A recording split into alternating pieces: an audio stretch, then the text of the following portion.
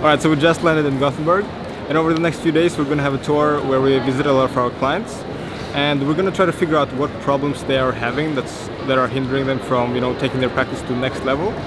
And we're going to give you a glimpse of what those problems are and how we're going to solve them.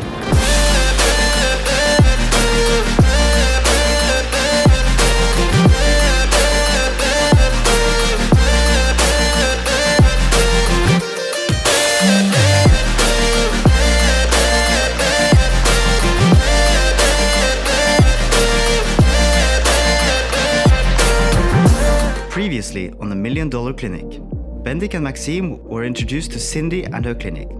They started off by having a discovery meeting where they found some core issues that has to be fixed. They also started working on how they can make the patient experience really different than any other clinic in the same area, as well as getting control over the economy in the clinic.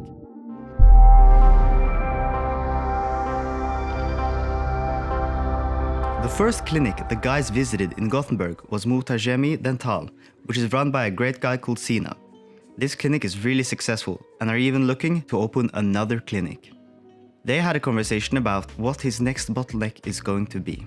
So my next bottleneck is getting another good dentist and assistant. I remember you said that it's very easy to find a dentist in Gothenburg. Yeah. It's really hard to find a good one. Yeah, so it is. What do you define as a good dentist, and what do you look for when you're hiring? I would say I would really like a dentist that is like you guys.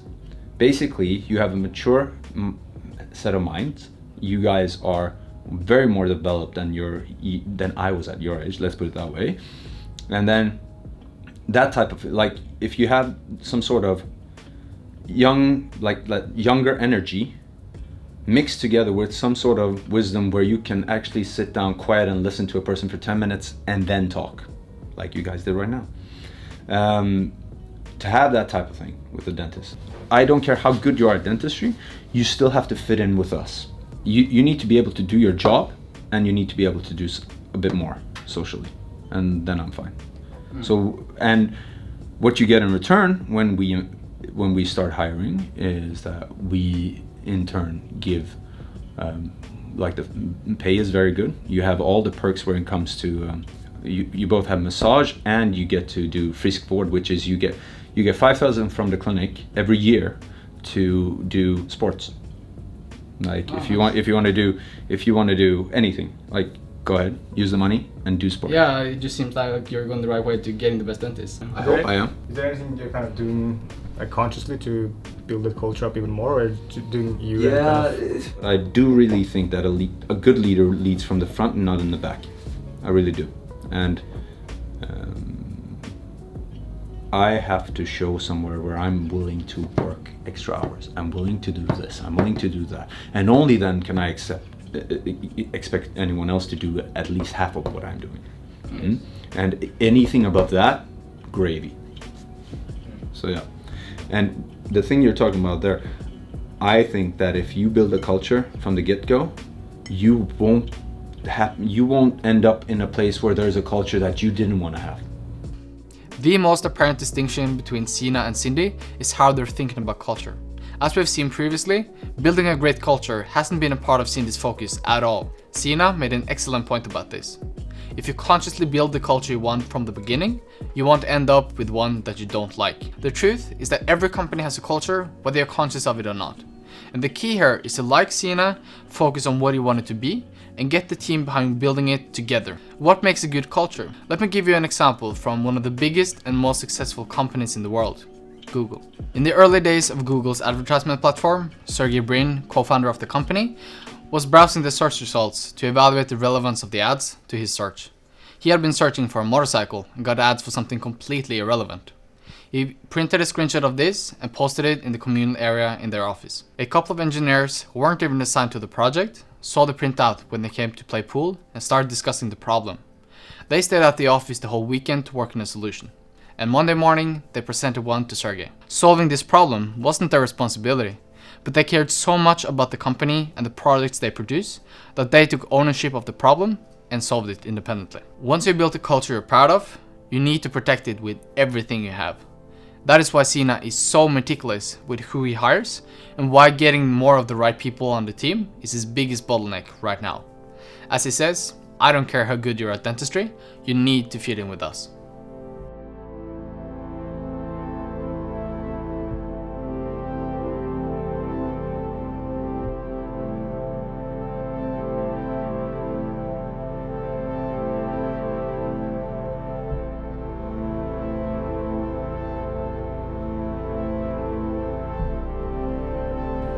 Yeah, because they want to smile. Some patients also say that they haven't been smiling on a photo or a film, so they like this. I'm having a good time, but I'm not showing my teeth. Yeah. Let's say I'm a patient here and I just did a filling.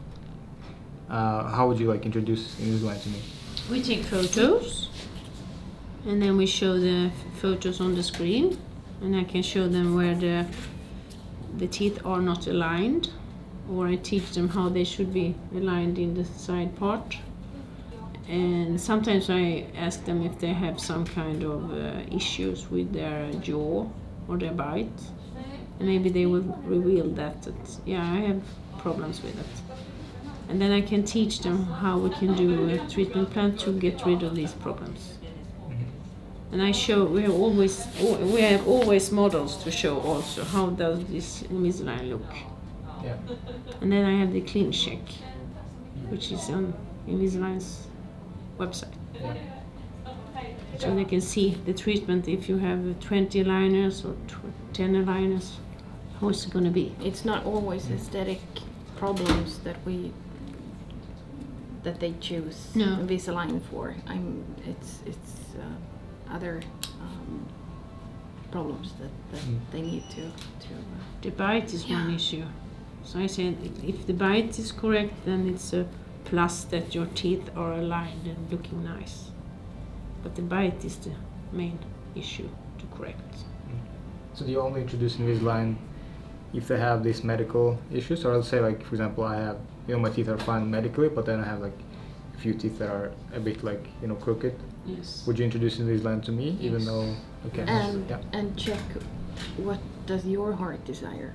Yeah. Do you want your teeth to be in line, or are you happy with the way they look? Sometimes it takes 3 years to get Yeah. this issue at the end. You Yeah. can point out the problem year one, and then it takes 3 years before the patient is mentally there. Yeah. Because if you buy a car or a house or something, you have to have time Yes. to decide. Yeah, I also really liked what you said earlier, like when you ask your or patients what you want your smile to look like In 10 years, yeah. I've never heard it before, so. Well, that's a good way of getting somebody to be comfortable also. Yeah. Because some patients haven't been thinking of that either. At Cindy's clinic, we're not even selling Invisalign yet. And we know there's a big need for it in the marketplace, so it's absolutely crucial that we get this up and running as fast as possible and start running ads on Facebook, Instagram, and maybe even Snapchat. Another very important thing we learned from Martha is how she introduces Invisalign to her existing patients. It's important to ask these questions to uncover what your patients truly desire and also making them feel heard. So this is definitely something that we're going to implement at Cindy's clinic as well. Because just getting 2 Invisalign cases per week is going to put us halfway to our goal of $1 million run rate. The next step with Cindy is to go back to Norway and have a leadership meeting with her before she goes on to a company trip where she's going to implement the plan to rework her company culture. Så det 2 ting som vi begynte på forrige gang, som vi må gjøre ferdig nå. Det første dette mission statementene, som bare hva grunnen til at selskapet eksisterer, og hva dere jobber mot. Og det andre verdiene til selskapet. Så da skrev vi opp noen tanker om hver av de. Så hvis vi starter i dag med å bare definere de, og så får vi de ned, så det i hvert fall en første versjon. Og så det noe som kommer til å være levende, og du kommer sikkert til å gjøre endringer på det underveis, men da har du i hvert fall noe som du kan presentere til de andre på teamet. Og så etter det, hvis vi snakker om bare hvordan du skal implementere disse tingene og sørge for at alle på klinikken faktisk lever etter disse prinsippene. Ja. Det var på en måte todelt da, at den ene delen var på en måte å bli best i å hjelpe folk med deres tannhelse, og det andre var å bygge en fantastisk arbeidsplass. Så jeg skrev opp noen ting her bare for å liksom gjøre det litt mer klart, sånn, hva betyr egentlig sånn hjelpe folk med deres tannhelse? Jeg tror vi må klarifisere det litt, sånn, hva betyr det egentlig? Betyr det at vi skal bli best i på en måte det medisinske, på en måte i tannhelse? Skal vi liksom bli de beste tannlegene sånn teknisk, eller betyr det at pasienten skal få den beste opplevelsen, eller hva betyr det liksom? Så jeg tenker kanskje at opplevelsen, altså selve den helhetlige opplevelsen for pasienten er på en måte noe som går igjen som uansett hva de skal ha da. Og kanskje det er det du mener med liksom service, og liksom, som pasienten basically blir veldig glad etter å ha vært hos dere. At de føler liksom at vi er noe å stole på. At vi er et ordentlig seriøs sted da. Ikke prøver å komme og lure pasienten, ligger liksom penger igjen. At det er verdt for at de har betalt de pengene, og det er liksom ordentlig informasjon de har fått, og ærlig informasjon de har fått da. Ja, hva tenker du når du hører det? At det er på en måte mission til klinikken. Langsiktig så er på en måte målet til sunn tannhelse er at vi skal endre hvordan mennesker ser på tannlegen, sånn at folk ikke lenger gruer seg til å gå til tannlegen, men at neste gang de kommer til oss, så tenker de i hvert fall ikke at de gruer seg, men forhåpentligvis så gleder de seg. Men i hvert fall så er de på en måte nøytrale da. Stemmer, helt riktig.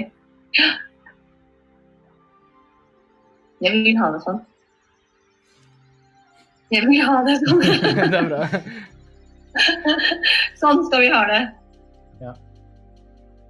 Jeg synes det er veldig... Jeg tror hvis du har de riktige tannlegene, så hadde de vært veldig på en måte med på den ideen. Ja, Har du tenkt mer på hvordan du har lyst til å formulere disse verdiene? Nei. Kan dere hjelpe meg å gjøre det? Eller hvis dere skriver det, Selvfølgelig.